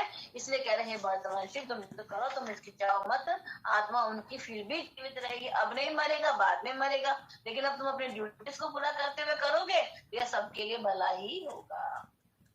नेक्स्ट। यह एनम वेति हंतारम यश्च एनम मन्यते हतम उभौ तो न विजानितो न अयम हंति न हन्यते। जो इस जीवात्मा को मारने वाला समझता है और जो इसे मरा हुआ समझता है, वे दोनों ही अज्ञानी हैं। तो इग्नोरेंस है, सारा सब चीजों का कारण क्या है, इग्नोरेंस। क्योंकि आत्मा न तो मारता है न मारा जाता है। तो यहाँ पे भगवान बता रहे हैं इग्नोरेंस का कारण क्या है, कि हम मारने वाला और ये जो शरीर को ही समझते हैं, लेकिन वास्तव में जो आत्मा है वो आत्मा ना तो मरती है ना मारी जाती है, ना ही आत्मा किसी को मारता है। लेकिन प्रभुपाद तात्पर्य बता रहे हैं इसका मतलब ये नहीं है कि हम किसी के वध को प्रोत्साहित करें कि भाई हाँ आत्मा तो मरती नहीं इसलिए शरीर को खत्म कर दो, नहीं। यहाँ पर धर्म के नियम के अनुसार अर्जुन को युद्ध करना है। जैसे जो एक सिपाही होता है वो देश की रक्षा करने के लिए जिनको मारता है, तो वो ऊपर के नियुक्त अधिकारी ने उनको आदेश दिया है ना, और देश की रक्षा एक अच्छे कार्य के लिए, उसको धर्म के लिए उसको लड़ना होता है। इस प्रकार से अर्जुन को धर्म के नियम के अनुसार लड़ना है। जैसे कोई एक हत्यारा है उसको फांसी की सजा देना सही होता है, लेकिन यहाँ पर वध को प्रोत्साहित करना नहीं है। लेकिन हाँ, जो आत्मा है वो नहीं मरती, ना ही आत्मा मारती है किसी को, ना आत्मा मारी जाती है। जी। न जयते मिलते वा कदाचित् नायं भूत्वा भविता न वा न भूय अजो नित्य शाश्वतो अयम पुराणो न हन्यते हन्यमाने शरीरे। आत्मा के लिए किसी भी काल में न तो जन्म है न मृत्यु है, वह न तो कभी जन्मा है, न जन्म लेता है, न जन्म लेगा। वह जन्मा है, नित्य है, शाश्वत है, पुरातन है, शरीर के मारे जाने पर भी मारा नहीं जाता। तो यहाँ भगवान बता रहे हैं कि जो हमारा शरीर है वो परिवर्तनशील है, उसमें 6 प्रकार के परिवर्तन होते हैं। बच्चा पहले माता की तरफ से जन्म लेता है, कुछ काल तक रहता है, फिर आगे बढ़ता है, फिर वो विवाह के कुछ पैदा करता है, परिणाम उत्पन्न करता है, धीरे धीरे क्षीण होता है, फिर उसकी मृत्यु हो जाती है। लेकिन आत्मा में कोई ऐसा परिवर्तन नहीं होता। आत्मा के अजन्म, जिसका जन्म नहीं हुआ, जिसका जन्म होगा उसकी मृत्यु, शरीर का जन्म हुआ शरीर की मृत्यु, गाड़ी का जन्म हुआ गाड़ी की मृत्यु, मकान का जन्म हुआ मकान की मृत्यु। जो जन्म लेगा वो मरेगा। आत्मा का कभी जन्म ही नहीं होता। मैंने देखा है आत्मा को कभी जन्म लेते हुए? नहीं। जन्म है उसी की मृत्यु होती है। इसलिए आत्मा का कहीं ना तो कोई भूत है, ना वर्तमान है, ना भविष्य। वो नित्य शाश्वत रहता है। इसलिए कहते हैं कि उसका कभी जन्म मरण नहीं होता, है ना, और उसका ना तो कभी जन्म लेगा ना। और एक और अजन्मा है, नित्य मतलब हमेशा रहती है, शाश्वत है, पुरातन। यानी कि जब से भगवान है, पहले भगवान थे और भगवान के बाद सारी जीवात्माएं तब से। इसलिए कहा जाता है कि सारी जीवात्माएं भगवान के अंश है। तो कठोपनिषद से प्रॉपर एक बात को मैं क्लियर कर रही है कि दो प्रकार की आत्मा है। एक आत्मा है परमात्मा, जिसे कि हम विभु आत्मा भी कहते हैं। एक सोल, एक सुपर सोल। हम सब क्या है? सोल है, और भगवान के सुपर सोल। इस प्रकार से कि एक प्रभु, एक महाप्रभु। चैतन्य प्रभु को महाप्रभु क्यों कहा? सबके से बड़े, सबसे हेड। तो भगवान क्या है? भगवान भी आत्मा, हम भी आत्मा। फर्क क्या है? भगवान क्या है? सुपर सोल, परमात्मा। तो यहाँ बता रहे हैं कि जिस प्रकार एक वृक्ष पे दो पक्षी बैठे होते हैं, एक पक्षी खाता है, दूसरा पक्षी उसको देख रहा है, उसको जजमेंट ले रहा है, उसका ध्यान रख रहा है, उसकी टेक केयर कर रहा है। ऐसे ही परमात्मा रूप में भगवान हम सब के हृदय में आत्मा के साथ रहते हैं। आत्मा भोग करती रहती है, क्योंकि आत्मा के साथ क्या है? सूक्ष्म शरीर, स्थूल शरीर। तो सूक्ष्म शरीर उसको बंदी बना लेता है। तो इस प्रकार से बताया गया है कि परमात्मा अनुआत्मा दोनों शरीर रूपी वृक्ष में जीव के हृदय में रहते हैं। और इनमें से जो समझ इच्छाओं शोकों से मुक्त हो चुके हैं, वही भगवत कृपा से आत्मा की महिमा को समझ सकते हैं। भगवत कृपा से, भगवान की कृपा से हम ये जान पाएंगे कि मैं आत्मा हूँ, और मेरे साथ, आत्मा के साथ मेरे हृदय में कौन रह रहे हैं? परमात्मा, जो कि मेरे वेलविशर है, मेरे फ्रेंड भी है। तब से कृष्ण के द्वारा, उनके प्रमाणिक प्रतिनिधि गुरु द्वारा प्रबुद्ध किए जाने की आवश्यकता किसको? हमारे इस ज्ञान को, भगवत गीता के ज्ञान। नेक्स्ट।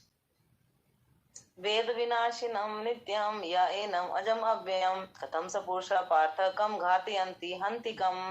हे पार्थ, और फिर से पार्थ बोल रहे हैं, जो व्यक्ति यह जानता है कि आत्मा अविनाशी, जिसको नष्ट नहीं किया जा सकता, अजन्मा, आत्मा का कभी जन्म नहीं होता, शाश्वत, इटर्नल है, ऑलवेज है, और अव्यय, जिसका नाश नहीं होता, यह भला किसी को कैसे मार सकता है या मरवा सकता है?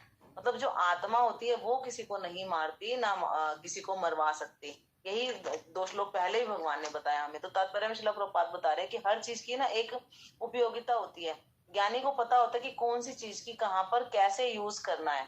हिंसा की अपनी एक उपयोगिता है, उपयोग करने वाले पर निर्भर करता है। जैसे मनु संहिता में बताया कि हत्यारे को प्राण दंड देना चाहिए। क्यों देना चाहिए? ताकि उसको अगले जीवन में ये पाप कर्म ना भोगना पड़े। हत्यारे ने एक हत्या करी, उसको फांसी की सजा दे दी, तो उसका जो कर्म है टिट फॉर टैट होके खत्म हो गया। अगर हत्यारे को फांसी की सजा नहीं दी, खुला छोड़ दिया, उसने मान लो 9 कत्ल और कर दिए, तो उसको फिर 10 जन्म लेने पड़ेंगे। 10 जन्म में फिर उसको कोई और मारेगा, तब जाके उसके ये 10 जो हत्याएं उसने की वो पाप खत्म होंगे। तो उसको आगे के 9 हत्याएं करने से बचाने के लिए, और एक हत्या जो उसने की है उसको भुगवाने के लिए, उसको फिर प्राण दंड दिया जाता है। तो राजा द्वारा हत्यारे को फांसी का दंड देना एक तरह से लाभप्रद है। तो जो हिंसा होती है वो परम न्याय के लिए करनी चाहिए, अन्याय के लिए नहीं करनी चाहिए। शल्य क्रिया का प्रयोजन रोगी को मारना नहीं होता, बल्कि उसको स्वस्थ बनाना होता है।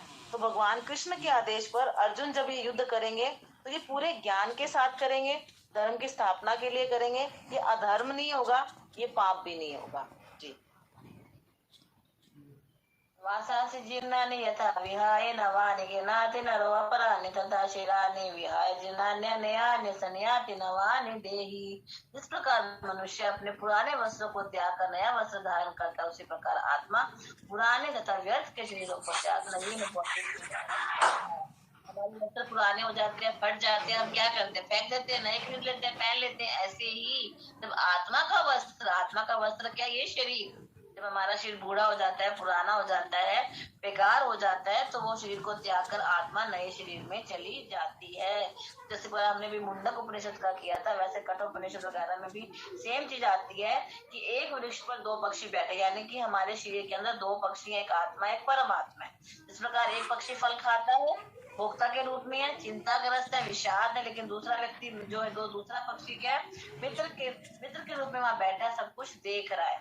और फिर जब किसी तरह से अगर वह अपने मित्र को देख लेता है, यानी कि भगवान को देख लेता है, उसकी महिमा को जानता है, तो वह अपने सारे कष्टों से मुक्त हो जाता है। तो जो आत्मा को हमेशा परमात्मा की तरफ देखना चाहिए। जिस प्रकार अर्जुन ने अपना ध्यान कहाँ किया, भगवान कृष्ण की, और क्या सुन रहे हैं, भगवद गीता। जिस प्रकार से कृष्ण से श्रवण करके उसका सारा शोक दूर हो जाता है।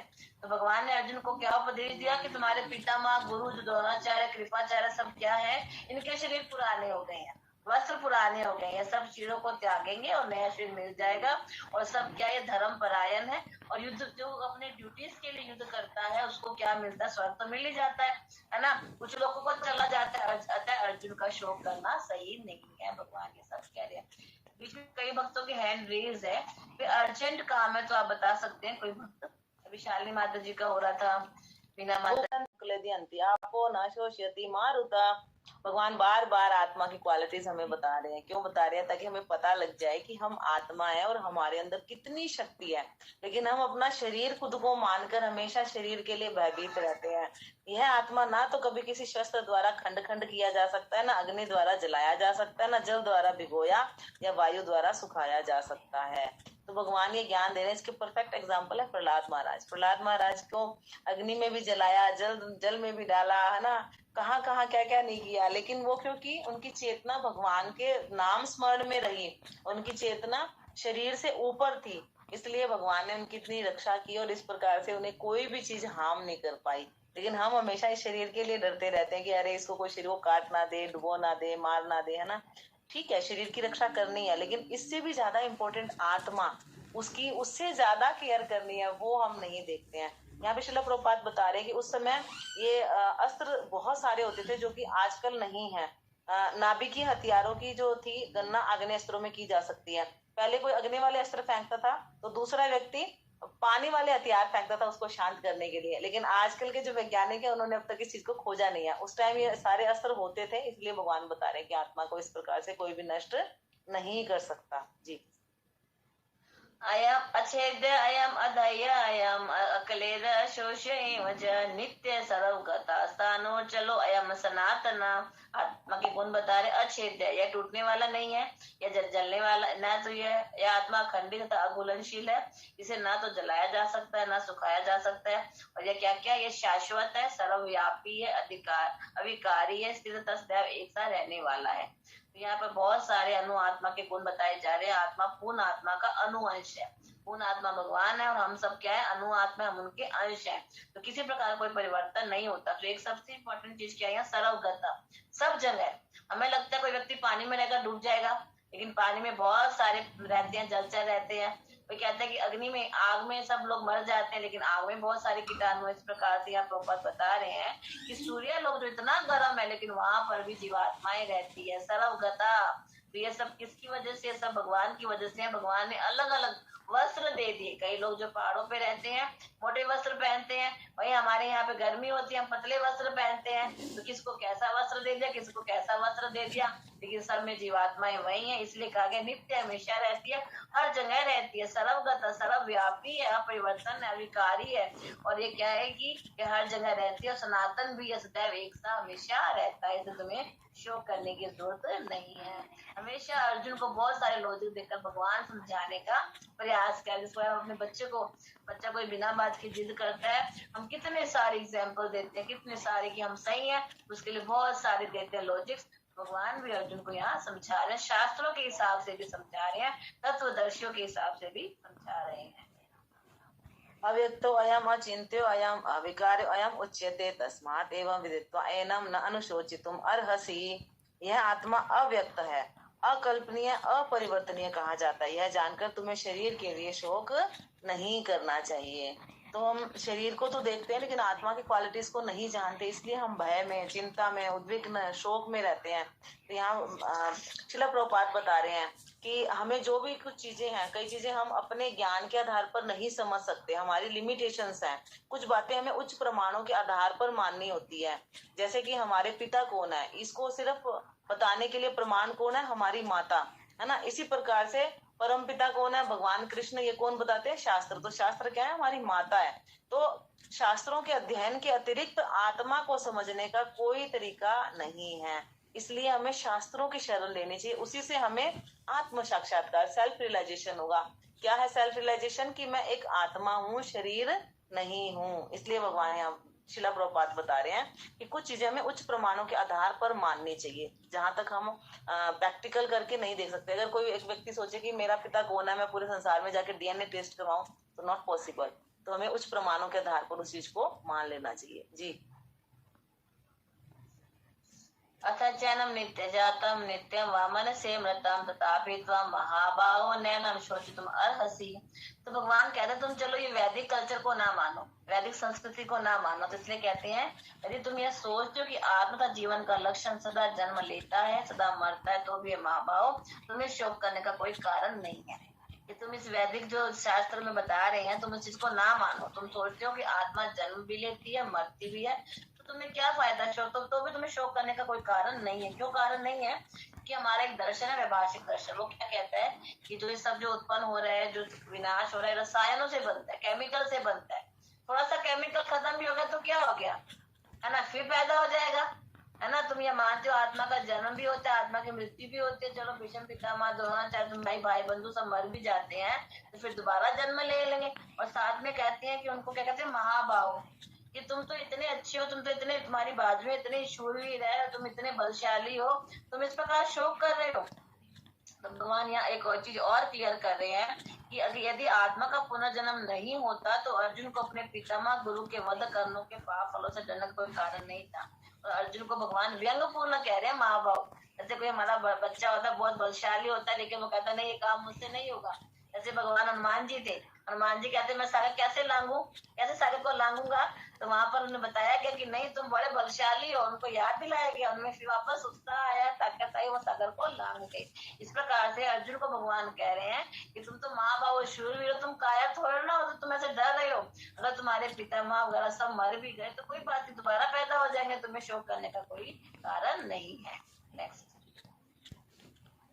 जातस्य हि ध्रुवो मृत्युर् ध्रुवम जन्म मृतस्य च तस्मात् अपरिहार्य अर्थे न त्वं शोचितुम अर्हसि। और सुंदर श्लोक भगवान बता रहे कि जिसने जन्म लिया उसकी मृत्यु निश्चित है। हम सबको पता है कि यहाँ सब कुछ टेम्परेरी है, मृत्यु के पश्चात पुनर्जन्म भी निश्चित है। तो जिसकी मृत्यु होगी वो अगला शरीर तुरंत धारण करेगा, ये भी हम सबको पता है। अतः अपने अपरिहार्य कर्तव्य पालन में तुम्हें शोक नहीं करना चाहिए। तो भगवान कह रहे हैं कि कोई अर्जेंट हमारे ड्यूटीज होती हैं, उन्हें हमें पूरा करना होता है।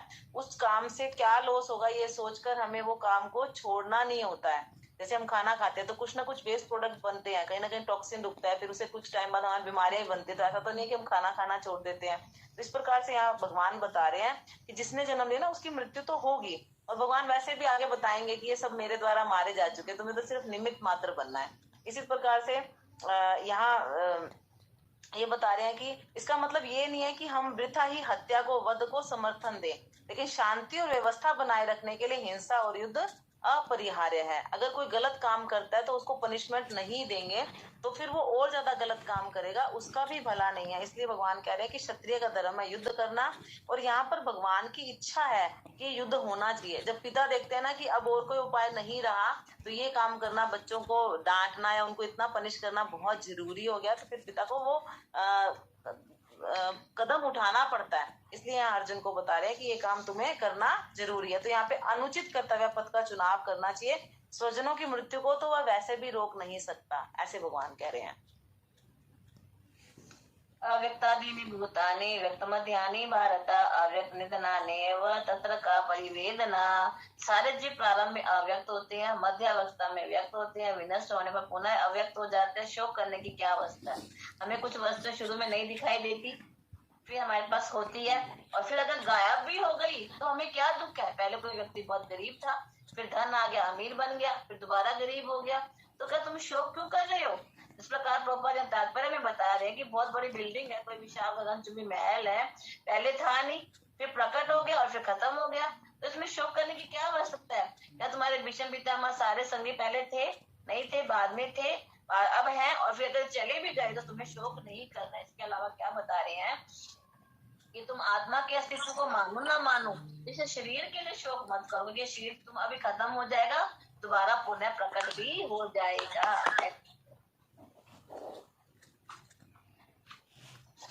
करूँ नेक्स्ट? हरि बोल।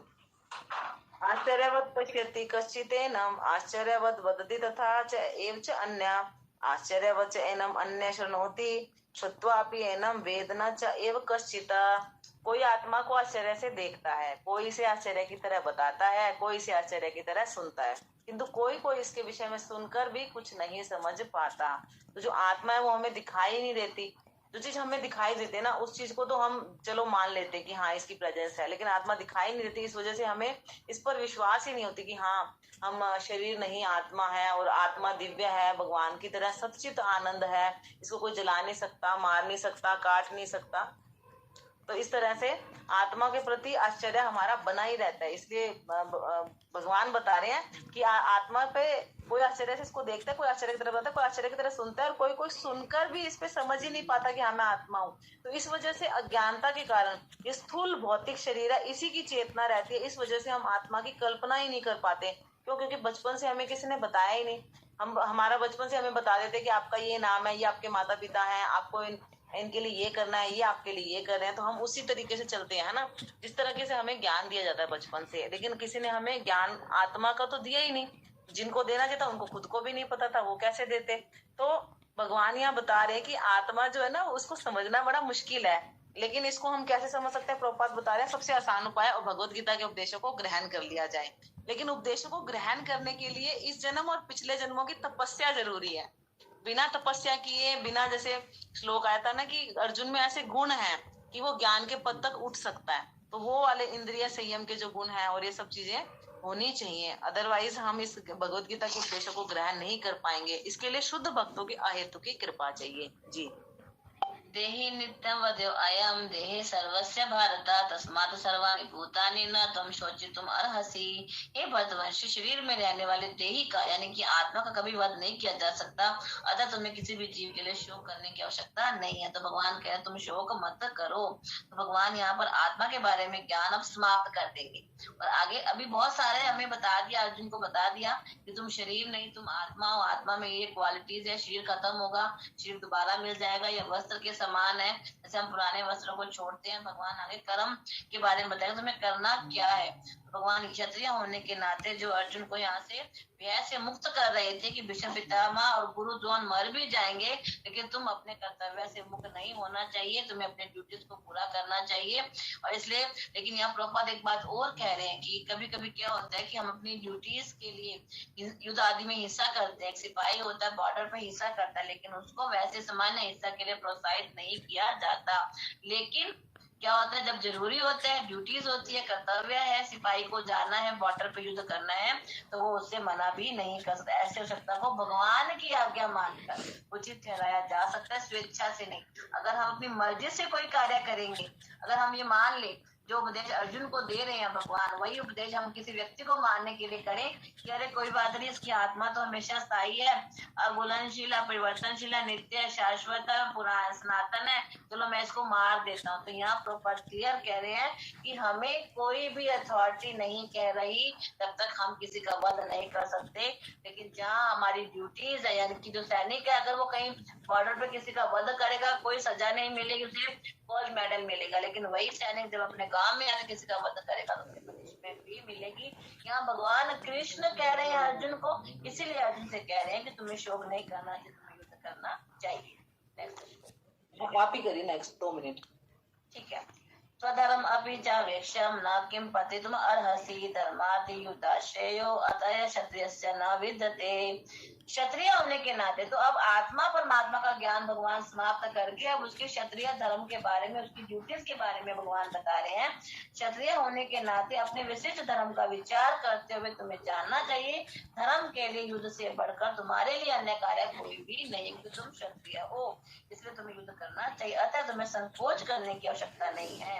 तो शत प्लस त्रिय, शत माने चोट खाया हुआ, जो चोट से रक्षा करे वह क्षत्रिय कहलाता था, जो रक्षा प्रदान करता है ना। तो क्षत्रियो को क्या किया जाता है, पहले जंगल में भेजा जाता है और वहां कहा जाता है कि तुम जाकर शिकार करो। वो शिकार करता है। इस प्रकार शेर की मृत्यु होने पर वह बहुत ही अच्छे से बड़ा खुश होकर वीर रत्न को प्राप्त करता है। इसी प्रकार से बोला है धर्म के लिए युद्ध भूमि में वध करना चाहिए। इस प्रकार से पहले के जो ब्राह्मण होते थे यज्ञ में क्या करते थे, पुनः जो बूढ़े पशुओं को अग्नि में उनका बलि दिया करते थे, है ना। और जब बलि देते थे तो उस पशु को क्या मिलता था, नया शरीर मिल जाता था। लेकिन अगर वही व्यक्ति कोई बाहर जाकर किसी पशु का वध करे वो गलत है। इस प्रकार बाहर किसी को नहीं मार सकते, लेकिन यहाँ वह क्षत्रिय है तो क्षत्रिय होने के लिए उसका इससे बढ़कर कोई कार्य नहीं कि वह युद्ध करे। उसको अर्जुन को हिचकिचाना नहीं चाहिए। तो दो प्रकार के धर्म प्रभुपाद यहाँ बता रहे हैं। जब तक मनुष्य मुक्त नहीं हो जाता तब तक उसे अपने शरीर के लिए विशेष प्रकार कर्म करने पड़ते हैं, और जब वह मुक्त हो जाता है तो उसका धर्म क्या हो जाता है, स्पिरिचुअल आध्यात्मिक कार्य जो भगवान के लिए होता है उसके ऊपर वह अपनी ड्यूटीज को पूरा करता है। तो जब तक देहात्म बुद्धि में है तब तक वह ब्राह्मण क्षत्रियों के लिए स्वधर्म पालन करना बहुत ही जरूरी होता है। कि अगर ब्राह्मण है तो भगवत गीता का पठन पाठन यजन याजन दान देना लेना कार्य करे। क्षत्रिय है तो वह गुरु की आज्ञा से युद्ध कर सकता है। इस प्रकार से इन कार्यों को करते करते हम जब आध्यात्मिक स्तर पर पहुंच जाते हैं तब हमें फिर इन सब कार्यों को करने की जरूरत नहीं है। इसलिए हमें भी बोला जाता है कि हमें जैसे कि श्राद्ध आदि कार्य होते हैं वो करने चाहिए, क्योंकि अभी हम पूर्णतः मुक्त स्तर पर नहीं आए हैं। तो अर्जुन को भी भगवान इसलिए कह रहे हैं कि तुम्हें अपने स्वधर्म का पालन करना चाहिए, तुम्हें हिचकिचाना नहीं चाहिए। 32 श्लोक करते हैं आगे। यदृश्य च उपपन्नम स्वर्ग द्वारम अपावृतम सुखिनः क्षत्रियाः पार्थ लभन्ते युद्धम ईदृशम्। हे पार्थ, वे क्षत्रिय सुखी हैं जिन्हें युद्ध करने का अवसर प्राप्त होता है, जिससे उनके लिए स्वर्ग के द्वार खुल जाते हैं। यह बहुत ही सुंदर बता रहे हैं भगवान कि भगवान कृष्ण जो है अर्जुन की वो उसको अर्जुन को ललकार रहे हैं कि तुम क्यों कह रहे हो कि तुम्हें युद्ध में कोई लाभ नहीं दिख रहा। अर्जुन कहता है कि इस युद्ध को करने मुझे कोई लाभ नहीं दिख रहा, इसमें हानि ही हानि है। तो बता रहे कि तुम्हारी हानि कैसी है ना। तो अर्जुन अज्ञानग्रस्त था, भगवान की शरण ली। वह अपने स्वधर्म के आचरण में क्या अहिंसक बन रहा था। उसका धर्म क्या क्षत्रिय है, क्षत्रिय का धर्म है युद्ध करना, लेकिन वो नहीं करा, मूर्ख बन रहा था, कहता कि मैं नहीं करूंगा। तो अपने स्वधर्म का पालन नहीं कर रहा था। क्षत्रियों का धर्म है वह सभी की रक्षा करे। इसलिए शांति और व्यवस्था बनाए रखने के लिए जब युद्ध करना पड़ता है युद्ध करना चाहिए। अर्जुन वह नहीं कर रहा था, युद्ध से विमुख हो रहा था। तो अर्जुन को बता रहे हैं भगवान कि नहीं, तुम अगर अपनी ड्यूटी को पूरा करते हुए युद्ध में मर भी जाओगे तो तुम स्वर्ग के राज्य को प्राप्त करोगे।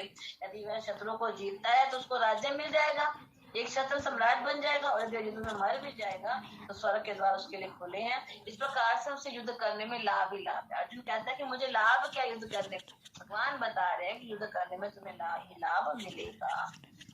नेक्स्ट श्लोक करते हैं। अथम चेत त्वम इमं धर्म्यं संग्रामं न करिष्यसि तत्त्वधर्मं कीर्तिं च हित्वा पापम अवाप्स्यसि। किंतु यदि तुम युद्ध करने के स्वधर्म को संपन्न नहीं करते तो तुम्हें निश्चित रूप से अपने कर्तव्य की उपेक्षा करने का पाप लगेगा। तुम योद्धा के रूप में भी अपना यश खो दोगे। अर्जुन कह रहा है कि मैं इनको मारूंगा तो पाप लगेगा, भगवान कह रहे हैं कि तुम अपना कर्तव्य पूरा नहीं करोगे तो पाप लगेगा। तो देखो ये चीज होती है कि हम एक विजन से सोचते हैं ऐसा नहीं, ऐसे, लेकिन कई बार हो सकता है हम गलत हो। जब हम अपने सीनियर से पूछते हैं तो वो कहते हैं कि नहीं, आप बात का दूसरा पहलू भी देखो, है ना। जब बात को हम दूसरे एंगल से खड़े होकर देखते हैं तो पता लगता है कि हाँ, वास्तविकता में ये भी एक विजन है और ये ज्यादा इससे बड़ा विजन है। तो यहाँ पे अर्जुन योद्धा था और शिव जी से युद्ध करके उन्होंने शिव जी को हरा के पाशुपत अस्त्र भी प्राप्त किया था, और द्रोणाचार्य ने भी उनको आशीष दी थी, अस्त्र प्रदान किए थे। ऐसे अस्त्र दिए थे कि वो गुरु का भी वध कर सकते थे, और इंद्र वगैरह से भी उन्होंने सब कुछ वो प्राप्त किए थे, सारे वर वगैरह। लेकिन फिर भी क्षत्रिय धर्म की उपेक्षा करके वो दोषी बनेगा। अगर वो सब चीजें उसको क्यों मिली थी, भगवान की क्या प्रेरणा थी कि एक भविष्य में ऐसा युद्ध होगा जब तुम्हारे सब चीजें काम आएंगी, लेकिन इस समय अर्जुन मना कर रहा है। तो वो कह रहे हैं कि युद्ध करने से नहीं बल्कि युद्ध से पलायन करने के कारण तुम नरक के भागी बनोगे। जी। अकीर्ति चापि भूतानि कथिष्यन्ति ते अव्ययाम संभावितस्य च अकीर्ति मरणात् अतिरिच्यते। जो लोग सदैव तुम्हारे अपयश का वर्णन करेंगे, और सामान्य व्यक्ति के लिए अपयश तो मृत्यु से बढ़कर भी है। भगवान ने बताया कि तुम युद्ध नहीं करोगे तो अपना यश खो दोगे। अब सब लोग कहते हैं कि तुम तो गांडीधारी धनुषधारी हो, बहुत बड़े धनुर्धर हो, बहुत बड़े योद्धा हो, और तुम पलायन करोगे। अर्जुन तो क्यों भागना चाह रहा था? अर्जुन भागना चाहता करुणावश, है ना, अपने परिजनों का भला देखकर, अपनी समझ के हिसाब से युद्ध से भागना चाह रहा था। तो यदि भगवान कह रहे हैं कि तुम यदि युद्ध के प्रारंभ में युद्ध भूमि को छोड़ दो तो लोग तुम्हें कायर कहेंगे, तुम पे हंसेंगे, है ना। तो तुम अपनी जान बच युद्ध भूमि में युद्ध करोगे तो अच्छी बात है, क्योंकि तुम मर भी गए तो तुम स्वर्ग को मिलोगे, और जब तुम बच गए तो तुम राज्य का भोग करोगे। लेकिन एक वीर व्यक्ति के लिए, एक सम्मानित व्यक्ति के लिए कायर होकर जीना मरने के समान है। कहते किसी व्यक्ति को क्या, जैसे कि जरासंध था, उसको भगवान क्या करते थे, बड़ा अपने आप को बलवान समझता था, 17 बार युद्ध कराया, बंदी बनाया और फिर उसको छोड़ देते थे। तो पहली बार ऐसा किया, उसको लगा मैं अपना शरीर का त्याग कर दूं, मेरे पे क्या उन्होंने क्या किया है, मेरे पे दया दिखाई है, मुझे ऐसे शरीर की कोई आवश्यकता नहीं है कि मुझे पे दया दिखा रहे हैं, मरना अच्छा है। तो भगवान कह रहे हैं अर्जुन को कि तुम युद्ध नहीं करोगे तुम्हें अपयश मिलेगा, और अपयश तो मृत्यु से बढ़कर है। सच्चा तुम्हारा मरना, युद्ध में मरना अच्छा है इसी अपयश से जीने से। तो अर्जुन के लिए भगवान का अंतिम निर्णय था, वह संग्राम से पलायन ना करे, केवल युद्ध ही करे, अपनी ड्यूटीज को पूरा करे। और फिर लोग क्या कहेंगे, तुम भगवान कृष्ण के संगी हो, तुम पे क्या इल्जाम लगेगा, तुम मेरी मित्रता का दुरुपयोग कर रहे हो, समाज में अपनी प्रतिष्ठा को खो भी दोगे। भयात् रणात् उपरतं मत्स्यन्ते त्वां महारथा येषां च त्वं बहुमतो भूत्वा यास्यसि राघवम्। जिन जिन महान योद्धाओं ने तुम्हारे नाम और यश को सम्मान दिया है, वे सोचेंगे तुमने डर के मारे युद्ध भूमि छोड़ दिया, और इस तरह से वे तुम्हें तुच्छ मानेंगे। तो भगवान बता रहे हैं कि तुम अभी तो ये सोच रहे हो ना कि मैं युद्ध नहीं कर पा रहा, युद्ध छोड़ देता हूँ। युद्ध छोड़ने के बाद जो तुम्हें सम्मान, वो अपमान मिलेगा। ध्रुव महाराज को जरा सा अपमान मिला। क्षत्रिय क्या होता है कि ना अपमान नहीं सहन कर सकता, तो बोले फिर तुम दोबारा युद्ध करने के लिए फिर उतारू हो जाओगे।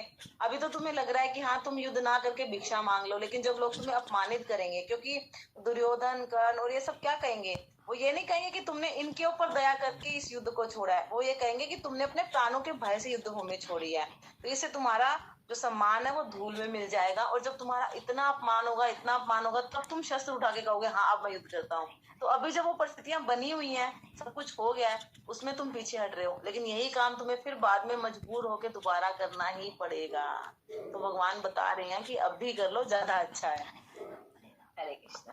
अवाच्य वादान बहुन वदिष्यन्ति तवाहिता निंदस्त्व सामर्थ्य ततो दुक्तरम नो किमा।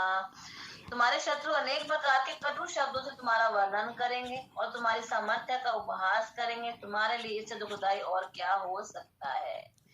कि जो एक सम्मानित व्यक्ति होता है ना, उसके लिए जो उसकी जो मतलब कि अपकीर्ति होती है, जो वो बहुत ज्यादा दुखदायी होती है। तो कहते हैं कि तुम्हारे शत्रु जो कि जो दुर्योधन है, कर्ण है, विभिन्न प्रकार से अलग अलग बातों से तुम्हारा क्या करेंगे, अपमान करेंगे, और तुम उसको सहन नहीं कर पाओगे।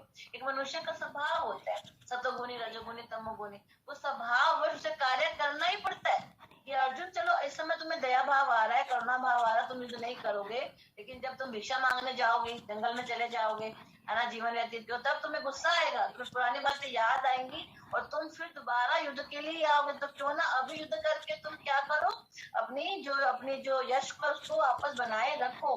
तो प्रारंभ में ही भगवान ने अर्जुन को क्या कहा, बड़ा दुख हुआ अर्जुन की करुणा पे कि तुम क्या अनार्य का कार्य कर रहे हो। जो कि स्वयं को जानता है, अपने मॉरल वैल्यूज को जानता है, नैतिक मूल्यों को जानता है, उससे मुझे ऐसी आशा नहीं थी। और अब भगवान ने डिटेल में उनको बता दिया कि तुम्हारा अपमान करेंगे और तुम्हारी सामर्थ्य का उपहास करेंगे और तुम्हारे लिए बहुत ज्यादा दुखदाई हो जाएगा। हम 40 तक श्लोक करेंगे आज, अभी टाइम हो गया है, ठीक है। अभी हम 4 श्लोक और करते हैं, नेक्स्ट बाकी कल करेंगे, ठीक है। मेरे ख्याल से एक आध कर लेते हैं, बस 72 है ना, जस्ट हाफ हो गया, हाफ ही करेंगे कल भी ना। ठीक है, तो यहीं पे कर देते हैं हम, कोई दिक्कत नहीं है, ठीक है। तो यहीं पे हम आज का यही समाप्त करेंगे। तो अभी हमने क्या क्या किया, तो भगवान ने अर्जुन को पूरा बताया आत्मा परमात्मा के बारे में, कि शरीर के बारे में बता दिया कि शरीर के क्या क्या गुण है, शरीर नाशवान है, आया है, जिसका जन्म होता है उसकी मृत्यु भी होती है, लेकिन जो आत्मा है और शरीर क्या है, वस्त्रों के समान। इस प्रकार मनुष्य अपने पुराने वस्त्रों को, फटे वस्त्रों को त्याग देता है, नए वस्त्रों को धारण करता है। इसी प्रकार से भीष्म पितामह और तुम्हारे सारे जो भाई बंधु है मर भी जाएंगे, तुम्हें नया शरीर मिल जाएगा, चिंता मत करो। और जो परोपकारी है, धर्मी है, धर्म का पालन करने वाले, उन्हें और ऊंचे लोग मिलेंगे, और कई तो भगवान के धाम में चले जाएंगे, भीष्म पितामह जैसे। तो बताया कि कोई हानि नहीं है उनके मरने में। फिर आत्मा के बताया, आत्मा को खंडित नहीं कर सकता, आत्मा अखंडित है, अगुलंशित है, शाश्वत है, और हर जगह सर्वगत भी है, और हमेशा सनातन भी है, यानी कि हमेशा एक जैसी रहने वाली है। तुम्हें इसके लिए चिंता करने की जरूरत नहीं है। अगर तुम युद्ध में मर भी जाओगे तो तुम्हें स्वर्ग के द्वार तुम्हारे लिए खुल जाएंगे। तुम जीत जाओगे, तुम राज्य का भोग करोगे, और जो सारे तुम्हारे परिजन है दोबारा कहीं कहीं और जन्म ले लेंगे। ये सारा ज्ञान भगवान ने दिया था। तो कल हम आगे